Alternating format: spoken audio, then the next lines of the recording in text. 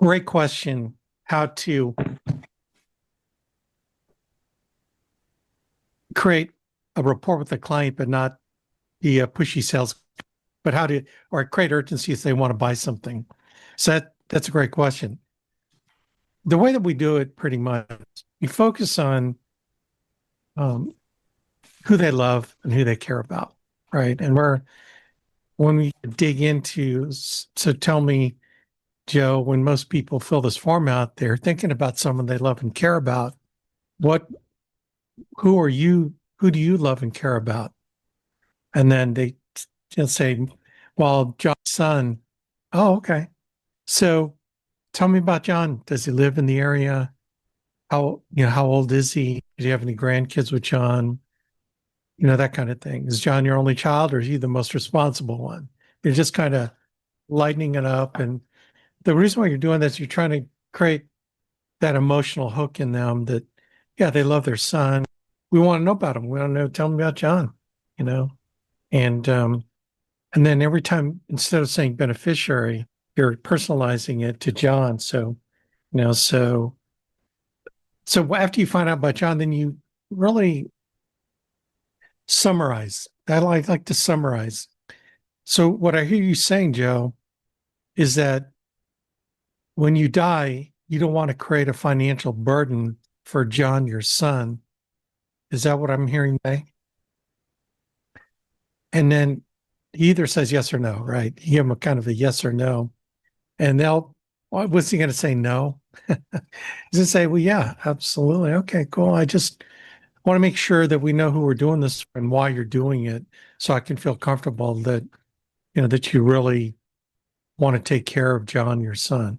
So that kind of closes the door a little bit on the who they love. And it's a little bit of pain too. It's really pain funding is, what they don't want to see. They don't want to leave a debt or burden their family to John.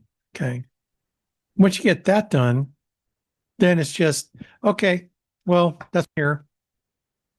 I can help you take care of this. Um, so I'm going to ask you some questions so I can figure out, health questions, so I can figure out the best company that's going to fit your situation. We have some of them. So I'm going to ask you some of that information, and then I'm going to find the company, and then I'm going to create three different premium options for you to choose from. And, if none of those work, we'll find other options for you. Okay. But all we're going to do is see which one you can afford that you like. And then we're going to fill out a request for coverage form from that insurance company. And so this session is not a think about it session, because there's nothing to think about, because we don't know if you even qualify. So all we're going to do is fill out the request for coverage form electronically, submit it to the carrier, and then they let us know one way or the other, because they got to think about you. So they got to determine whether they're going to issue it to you or not. If they do decide to issue it to you, then I'll let you know, and you'll get the policy in the mail, so you can look at it and we can do it together, whatever you want to do. Make sure it's got everything in it you want. And at that point, that's when you get to determine if you want more coverage, less coverage, or you like it the way it is. I will let you know when that policy is coming. And then when you receive it, then we'll talk again. Sound fair, Joe? Does that sound good to you? And that's where you get commitment. That's where you get rid of the think about it stall, because, tonight or this afternoon, this is not a think about it day today, because we don't know if you're going to even qualify. So we're going to find out if you qualify, and then they'll issue the policy, and then you have it. Then we can determine if you want to increase coverage, decrease coverage, or just keep it the same. Sound good? And then boom, he gets committed. So the urgency is created by how much they love their son or daughter, whomever their beneficiary is. They put urgency on themselves because they told you that they want to take care of their son or daughter. Now, after you go through that, I'm going to ask you questions. There's nothing to think about because we don't know if you qualify. Go through all that rigmarole. Does that sound good? This is where you really want to whatever objections they have, right? Because you want to surface anything that's holding them back. So this is where you're going to get it. Yeah, this sounds good to me. Or they're going to say, well, I don't know. I'm just shopping for prices. I'm blah, blah, blah, blah, blah. Right. Okay. And so depending on what they say will determine kind of which way you go. So if they say, well, right now I'm just shopping for prices and blah, blah, blah. I go, absolutely. That's what we're going to do here. We don't know if you qualify, but we're going to find the pricing for you that you can afford. You're going to pick the one that we're going to try for, and then we're going to see if you qualify for that price because we don't really even know if they're going to approve you. So does that make sense? Okay.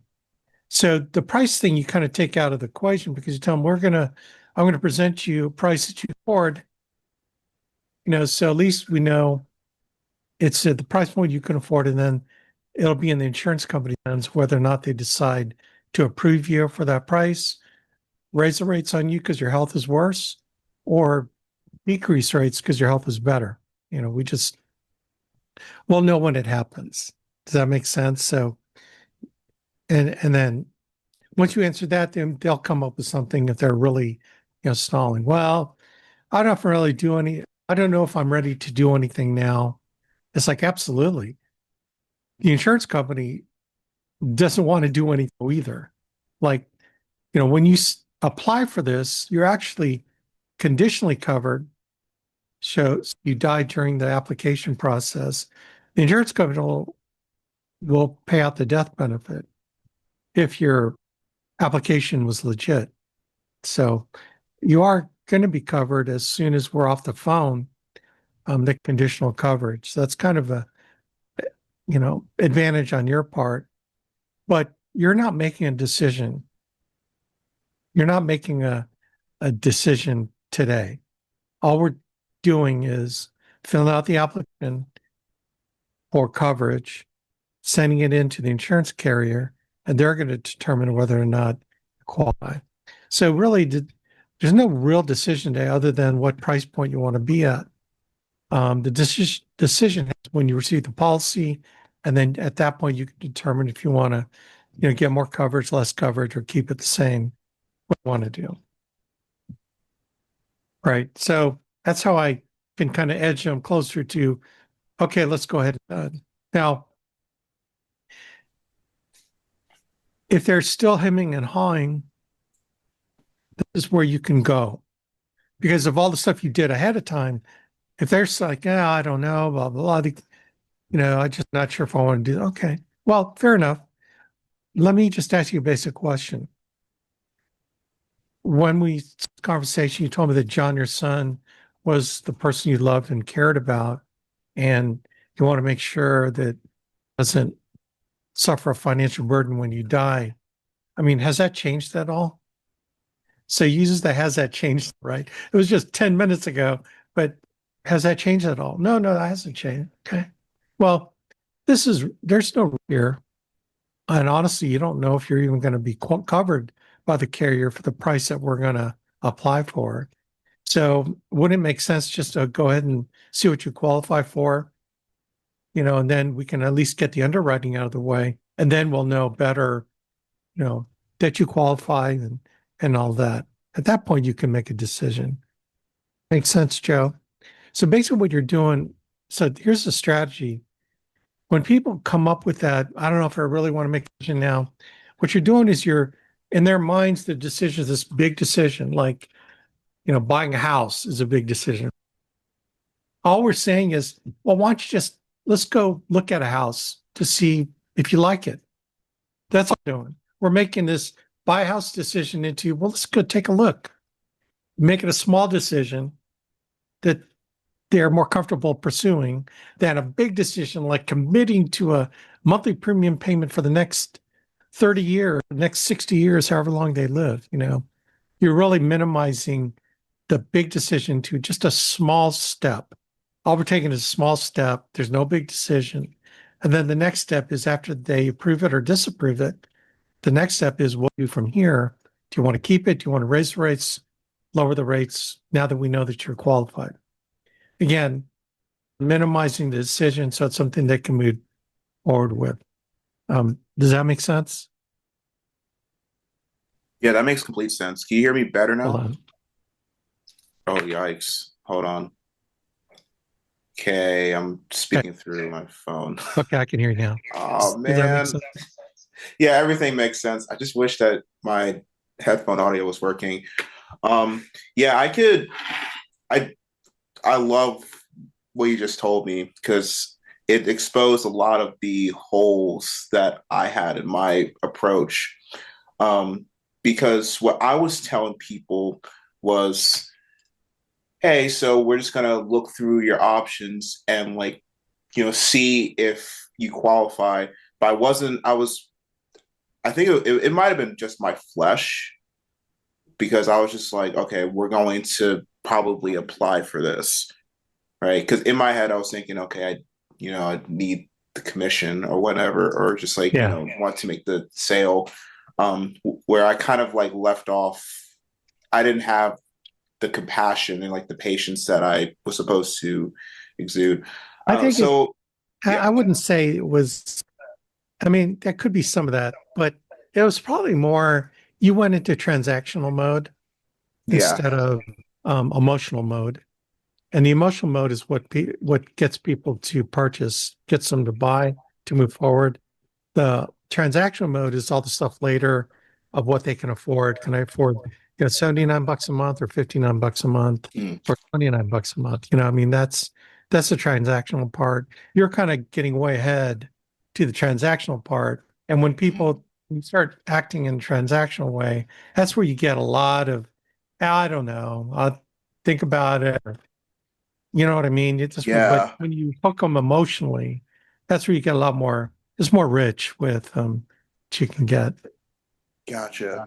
So I guess my next question would be if I'm thinking in like time intervals, so like the first, let's say like 10 to 15 minutes of the appointment when I'm like showing their options, is that where I should be building that like emotional rapport that we were Yes. discussing? Okay, Yeah. Yeah. You definitely have to find out gotcha. ways. Yeah. There's a lot of ways to ask the question. The way I like to ask it is, you know, Joe, and most people, contact us or fill out this form on Ethos, they're thinking about the person that they love and care about. Who's that person you love and care about that you were thinking about when you're filling out this form? And then you just shut up and let them make a question. Don't add any more words to that. Just shut up. And I don't care if you're sitting there for 5 minutes. I'm not going to say anything until they do. Right. Now, pretty much they're going to say who they care about. The one you got to watch out for is, well, I don't know. Oh, um, you don't know who you were thinking about? Well, I have some nieces and nephews, but I don't know. Um, Well, I mean, certainly we can make a decision later, but usually people buy this, they're thinking about somebody. Let me ask you a question. Who would be taking care of all your final expense stuff? I just shut up. Whoever that is, well, it's my brother. Oh, okay. Well, I mean, it sounds to me, if your brother's going to take care of everything, that to me would be the person that you care about, that you don't want him to have to suffer a financial burden. So I'm going to explore by asking questions. Now, look, if he says, well, I don't know. I really don't, have anyone. Okay. Well, that's what I'm trying to find out because if there isn't anyone you care about, then we don't need to do this. Okay. We don't need to do this. I mean, as far as you're concerned, when your neighbors find you dead, it doesn't matter what happens to your body then, right? Yeah, in fact, you're right. I don't really care. Okay, great. I want to make sure. Now, here's what you're doing when you're doing that is you're making sure you don't sell them a policy he's not going to, okay? But here's what I'm going to go after him at. I go, well, let me ask you a question. So we took the death thing, the death benefit. He doesn't care about death benefit. So let's talk about, so I'm just curious, Joe, if you become ill, you got a, you suffer a cancer, stroke, or heart attack, or some kind of chronic illness that takes you out of the game, do you have anything that'll back you up income wise that would pay you money should you suffer, one of the top things that kill people, but doesn't quite kill you? Do you have anything, any backup plan? Well, I don't know. I mean, my health insurance should take care of it. Well, your health insurance only takes care of so much. I'm sure there's a copay and there's like 80/20. Like you're going to have to come up with some other money, right? Well, I don't know. Well, most people, there's going to be expenses that insurance is not going to cover. I mean, are you interested in looking at other options where you get cancer, stroke, or heart, and there's a supplemental policy that'll kick in for you, while you're alive? Because clearly, at the point when you die, you really care. But how about while you're living, backing, getting some backup programs that would pay you in the hospital if you suffer cancer, heart attack, or stroke? Any of that kind of thing interests you? So this is what you're doing is if he doesn't care about death benefit, that means he cares about himself, doesn't about anybody else. Well, let's talk to him about stuff that would happen to him while he's still alive, right? So there's hospital indemnity, there's cancer, stroke, heart attack. Of course, you have to have a health license to sell those, but it's your backup for the person that, frankly, doesn't have anyone they care about. So that's why I take the death thing off the table.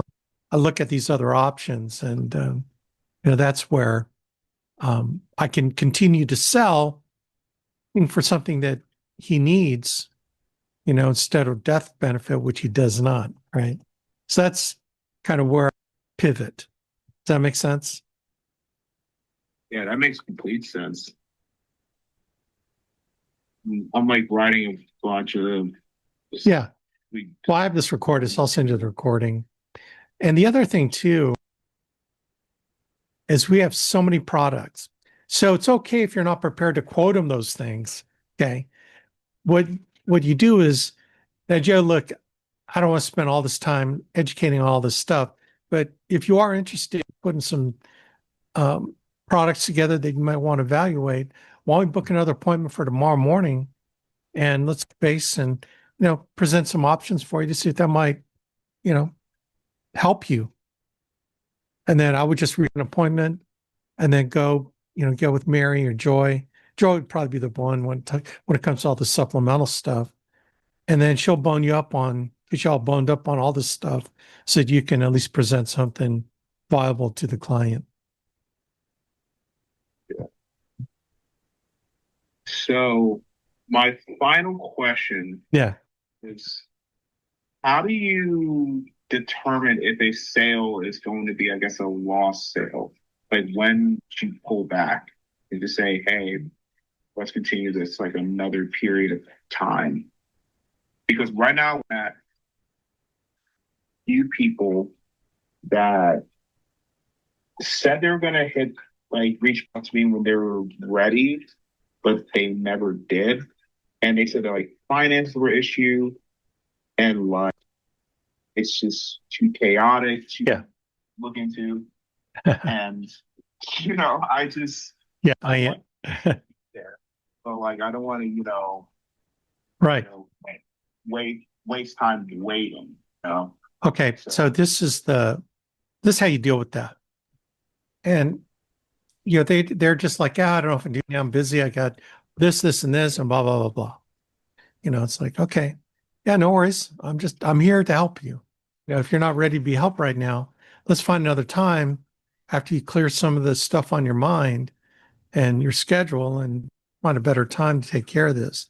Now, I just want to make sure that you do really want to take care of Joe, your son, right? And make sure he's not financially burdened. You're still serious about that, right? And let him say yes or no. Sometimes they're just kind of hemming and hawing. I go, because it's okay to tell me. It's okay to tell me, no, I don't want to take care of, Joe, my son. I don't want to do this at all. It's okay to tell me that. It's not going to hurt my feelings. I just want to make sure that I'm here to help you if you sincerely want your Joe doesn't suffer financial burden. So, so is that the case? Because I'll touch base with you later. Are you good with that? Oh yeah, sure, sure. How about say something like, well, how about if I just call you when we're ready? Oh yeah, absolutely. You can call me anytime. But let me just do this so I don't forget you. Okay. How about if I get back with you, you know, how about next week, week after, which week for you, next week or the week after? They'll probably say the week after. Okay. It's okay if I call you the week after just to touch base and get back with you. Yeah, yeah, that's fine. Okay, great. And then I'd stick in my calendar, I go, okay, so 28th of February, that'll be a good day to give you a call back. What time do you think you'd be home? So basically what I do is say, I got another appointment, right? It's called book a meeting from meeting. Okay.